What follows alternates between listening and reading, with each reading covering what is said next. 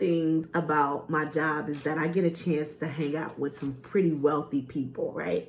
And whether that's a affluent client or that could possibly be a professional athlete. And so while doing this, I've seen a whole lot of stuff. And money is easy to get. It's hard to maintain. It is easy to get, but it's hard to maintain. And so if you don't do what you're supposed to do to be able to kind of, mitigate a lot of risk, you're going to be in trouble. So I want to give you guys a few ways how I have seen and some mistakes that I have seen and my clients have made on how they took them from being rich to poor in a very short amount of time. All right, so the first thing that we see, especially in our professional athletes, is we see the generosity. So when you first sign that contract, or you get a lottery ticket, or you get, you just get into a situation, especially with new money, one of the biggest things that happens is everybody and their mama have their hand out. And of course, you want to help the hood, you want to help your neighborhood, you want to help all of your friends, you want to give back. But one of those things that makes it really, really difficult is that when people start to take advantage of people that are to build wealth. So you want to make sure that you are definitely, of course, we all have a giving spirit. I'm never going to take anything from that. But be conscious of what you have to be able to give. You can't give to everyone. You can't save everyone. So generosity, being too generous, is probably the first thing that get individuals from having money to not having money real, real quick. The next thing is the big check syndrome. Yes. The big check syndrome. So my athletes and yours and everybody else, something happens, especially if they get a big signing bonus.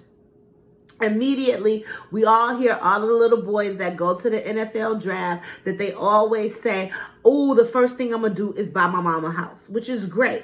But we got to look at how much houses you buying, mama. So is it a house that you can buy twice?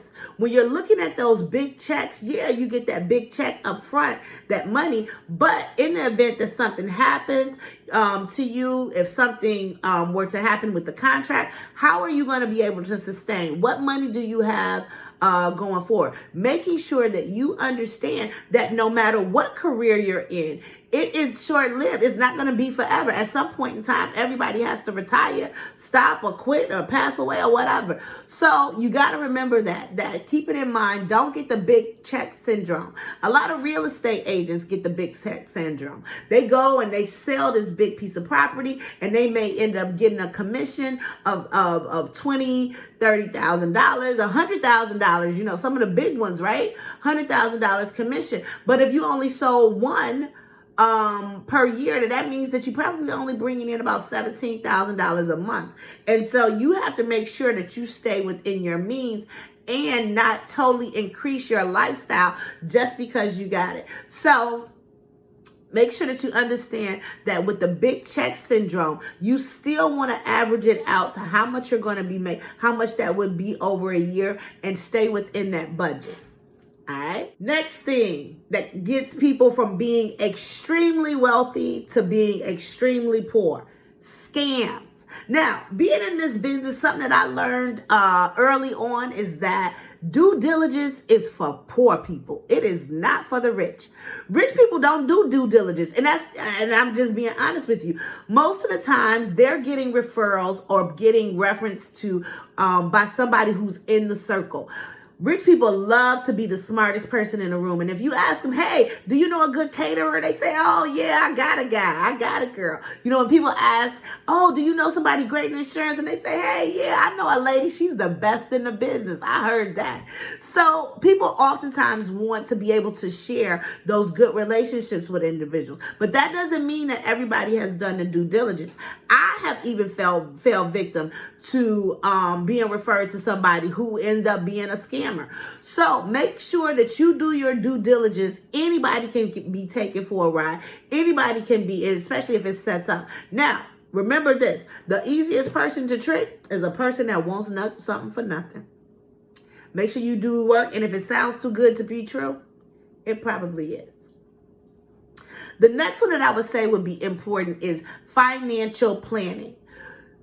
Wealthy people have to have a plan. You got to have a plan on how you're going to be able to continue this income stream, and you got to have a plan on being able to manage your expenses. All of that's going to be keys to success.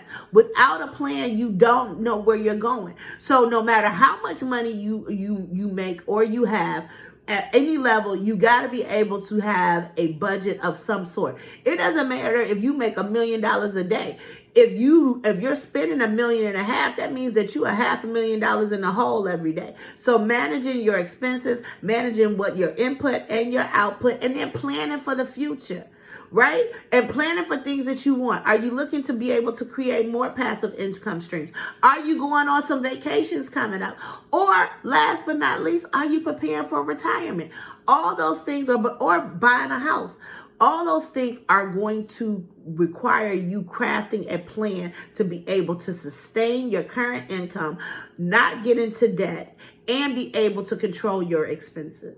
One that we all have heard about is just bad investment. So being scammed, that doesn't necessarily have to be an investment. It can be, but the being scammed can be, a service, a product, or whatever the heck, or, an opportunity that just didn't pan out. It was a total scam, right? Maybe you sent some money over to overseas for a cause. Bad investments are something different, but they both need to be able to have the due diligence. So why is that important to you? It's important to you because if you are going to invest in something, which investing as a whole, whether it's your energy, your time, or your money, you are taking a risk. But there's a couple things that you need to realize.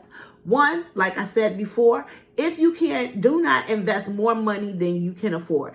If you couldn't afford to do this investment twice, it's probably not going to be the one for you, right? The other thing is understand your risk tolerance and your time frame. Understand how long, what they're promising on a return on investment.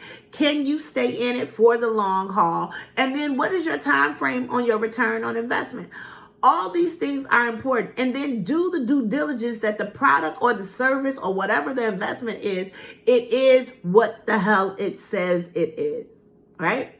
So, of course, I'm Simone Kason. I am the owner of Canis Capital Insurance and Canis Capital Holdings, where we do a host of financial services that not only help build wealth, protect assets, right? And then, of course, I drop jewels on being successful and building an empire. So I will talk to everyone soon. Thank you so much, and bye-bye.